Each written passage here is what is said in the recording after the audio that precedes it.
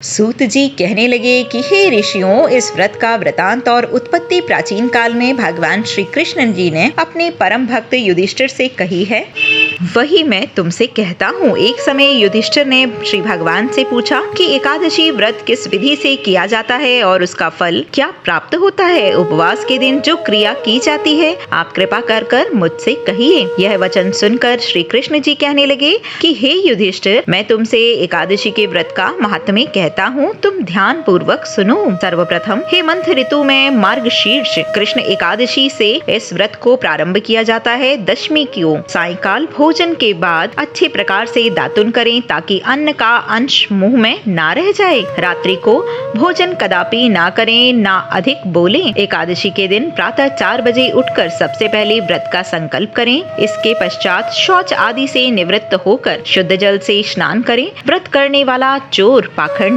पर स्त्री गामी, निंदक, मिथ्याभाषी तथा किसी भी प्रकार के पापी से बात ना करें। स्नान के पश्चात धूप, दीप, नैवेद्य आदि 16 चीजों से भगवान का पूजन करें और रात को दीपदान अवश्य करें। रात्रि में सोना या प्रसंग नहीं करना चाहिए। सारी रात भजन कीर्तन आदि करना चाहिए। जो कुछ पहले जाने अनजाने में पाप हो गए हैं, उनकी क्षमा प्रार्थना करनी चाहिए। धर्मात्मा पुरुषों को कृष्ण और शुक्ल पक्ष दोनों की ही एकादशियों का समान समझना चाहिए।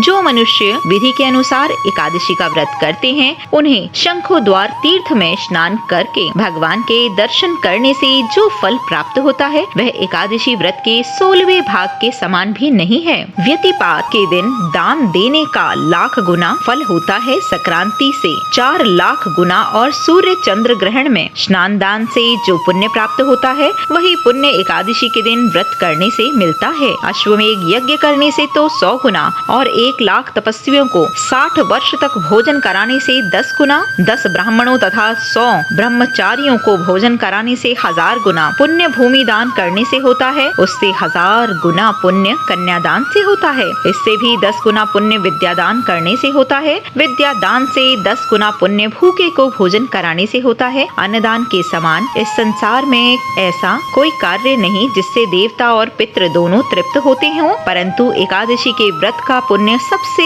अधिक होता है। 1000 यज्ञों से भी अधिक इसका फल होता है। इस व्रत का प्रभाव देवताओं को भी दुर्लभ है। रात्रि को भोजन करने वाले को उपवास का आधा फल मिलता है और दिन में एक बार भोजन करने वाले को भी आधा ही फल प्राप्त होता है, जबकि निर्जल व्रत करने वाले का महात्म्य तो देवता भी वर्णन नहीं कर सकते।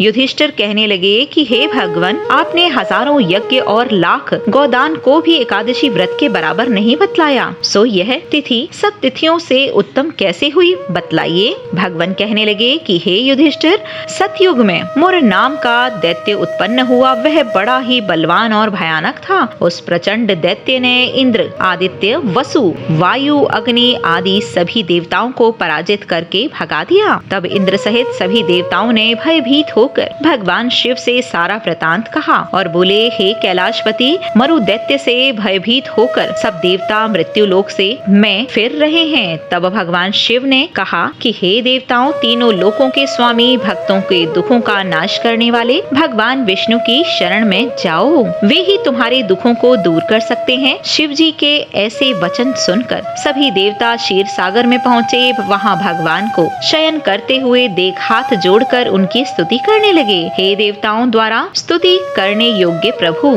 आपको बारंबार नमस्कार है। देवताओं की रक्षा करने वाले मधुसूदन, आपको नमस्कार है।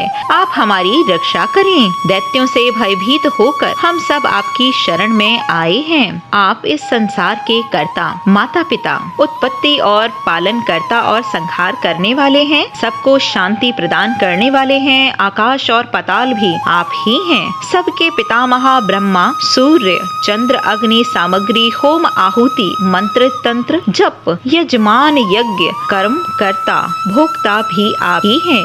आप सर्वव्यापक हैं, आपके सिवा तीनों लोकों में चर और अचर कुछ भी नहीं है। हे भगवान, दैत्यों ने हमको जीतकर स्वर्ग से भ्रष्ट कर दिया है और हम सब देवता इधर उधर भागे भागे फिर रहे हैं। आप उन दैत्यों से हमारी सबकी रक्षा करें। इंद्र के ऐसे वचन सुनकर भगवान विष्णु कहने लगे कि हे इंद्र, ऐसा मायावी दैत्य कौन है जिससे सब देवताओं को जीत लिया है और उसका नाम क्या है? उसमें कितना बल है और किसके आश्रय में है तथा उसका स्थान कहाँ है? यह सब मुझसे कहो।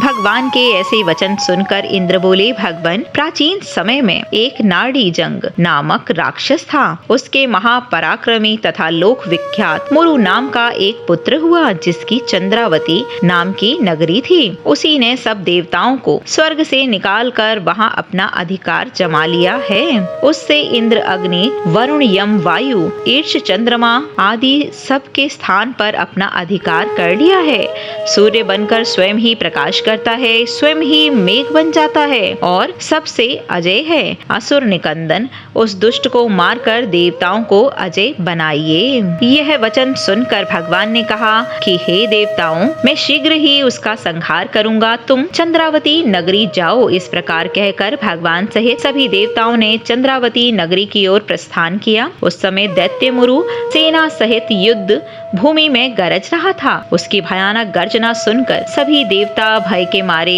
चारों दिशाओं में भागने लगे। जब स्वयं भगवान रणभूमि में आए तो दैत्य उन पर भी अस्त्र शस्त्र आयुध लेकर दौड़े। भगवान ने उन्हें सर्प के समान अपने बाणों से बींध डाला। बहुत से दैत्य मारे गए, कुछ केवल मुरु बचा रहा। वह अविचल भाव से भगवान के साथ युद्ध करता रहा। भगवान जो भी तीक्ष्ण बाण चलाते वह उसके लिए पुष्प सिद्ध होता। उसका शरीर छिन्न भिन्न हो गया, किंतु वह लगातार युद्ध करता रहा। दोनों के बीच मल्ल युद्ध भी हुआ। 10,000 वर्ष तक उनका युद्ध चलता रहा, किंतु मुरु नहीं हारा। थक कर भगवान बद्रिकाश्रम चले गए। वहाँ हेमवती नामक सुंदर गुफा थी। उसमें विश्राम करने के लिए भगवान उसके अंदर प्रवेश कर गए। यह गुफा 12 योजन लंबी थी और उसका एक ही द्वार था। भगवान विष्णु वहाँ योग निद्रा की गोद में सो गए। मुरु भी पीछे पीछे आ गया और भगवान को सोया देखकर मारने को तैयार हो गया। तभी भगवान के शरीर से उज्जवल कांतिमय रूप वाली देवी प्रकट हुई। देवी ने राक्षस मुरु को ललकारा, युद्ध किया और उसे तत्काल मौत के घाट उतार दिया। श्री हरि जब योग निद्रा से की गोद से उठे तो सब बातों को जानकर उस देवी से कहा कि आपका जन्म एकादशी के दिन हुआ है, अतः आप उत्पन्ना एकादशी के नाम से पूजित होंगी। आपके भक्त वही होंगे जो मेरे भक्त हैं। बोलो लक्ष्मी नारायण भगवान की जय, एकादशी माता की जय।